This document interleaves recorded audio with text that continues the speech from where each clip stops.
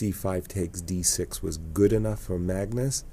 This move, rook g4, is an added finesse. I can understand the move in the sense that Magnus might think to himself, well, the knight is going to come to d4 or perhaps even c3, and then my rook on g3 would be a target. So I put my rook nicely on g4. I permanently end any ideas of black of playing queen takes e4, but I'm not sure. I just think that he could have just gone directly ahead. He did play the move rook g4, knight c3. Okay, just so obvious ideas of some sources of counterplay here with e4 and e2, but let's see. Again, what is it in particular that Magnus is unhappy about after c5 takes d6? I do not know. Again, this is an atomic bomb-like threat of queen takes f7 check in the position, followed by knight takes e5 winning at once. And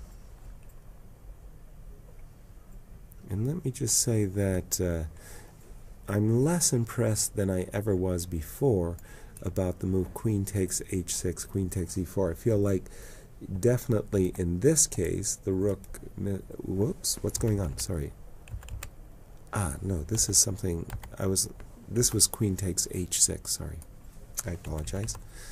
So what has happened? No. I need an update on the moves. I think I've got the wrong position. No, I have the right position. Rook g4, knight c3. Okay, once more. Let's do it again. Queen takes h6 now looks less good because of queen takes e4. I can't take the queen because the trade gives all kinds of health or hope, sorry, to black. But let's see this. Again, why isn't this just over? What is it that Magnus sees that I am not seeing at the moment?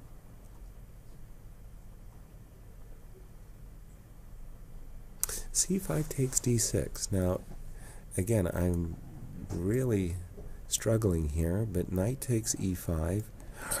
Oh, no. That would be no.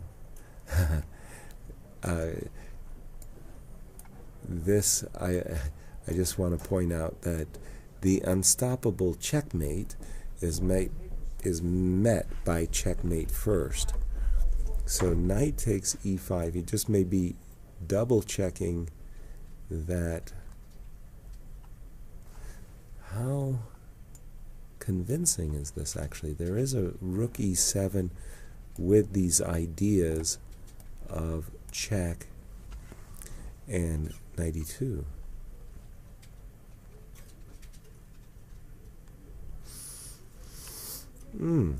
Something strange. I mean, I was lauding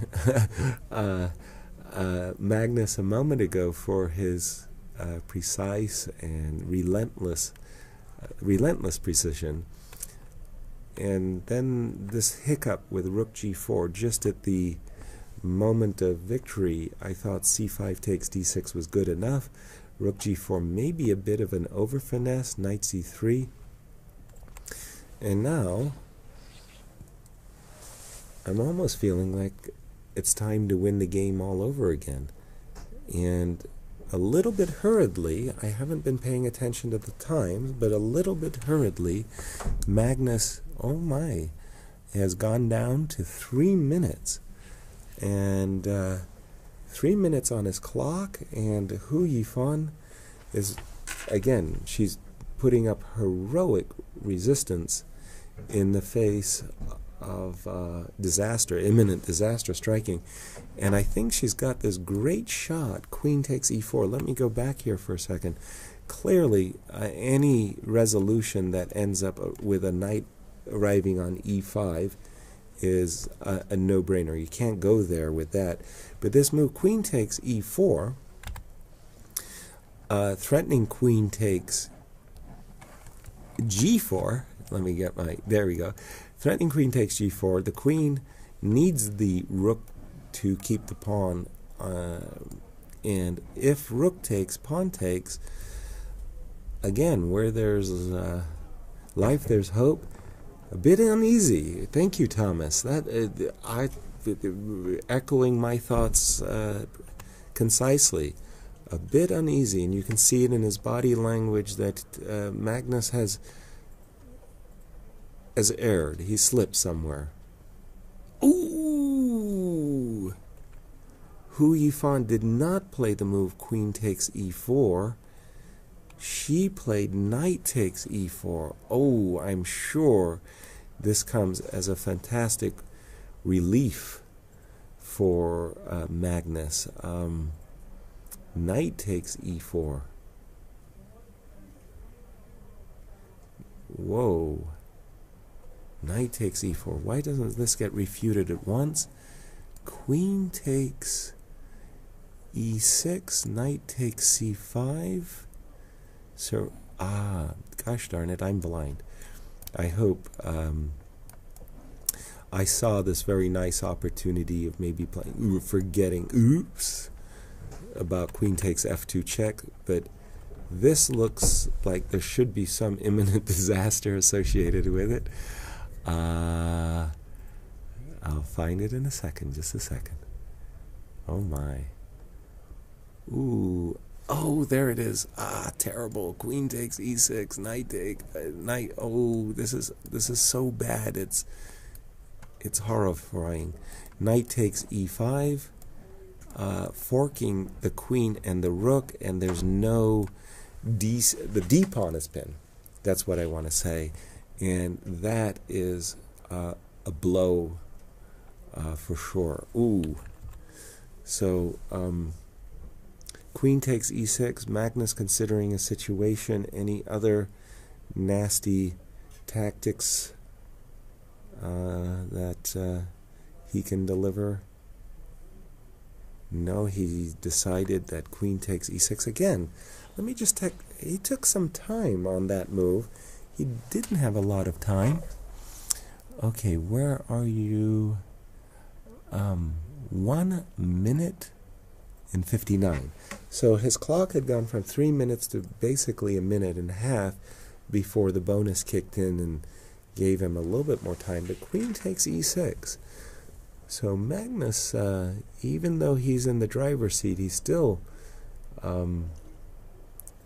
feeling the pressure. No pushover, this women's champion, Hou Yifan, doing her absolute best to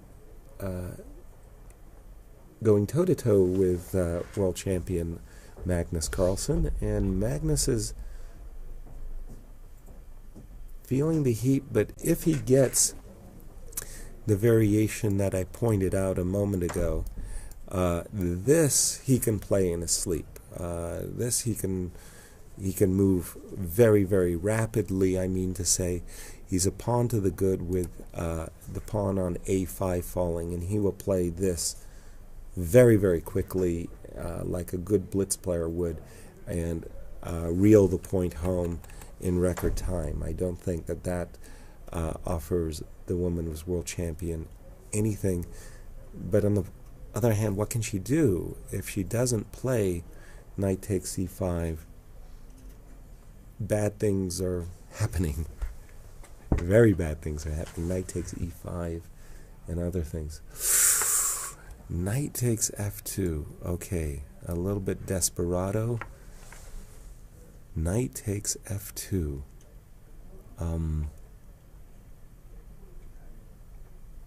I understand what she's trying to do. Unfortunately, it simply doesn't work.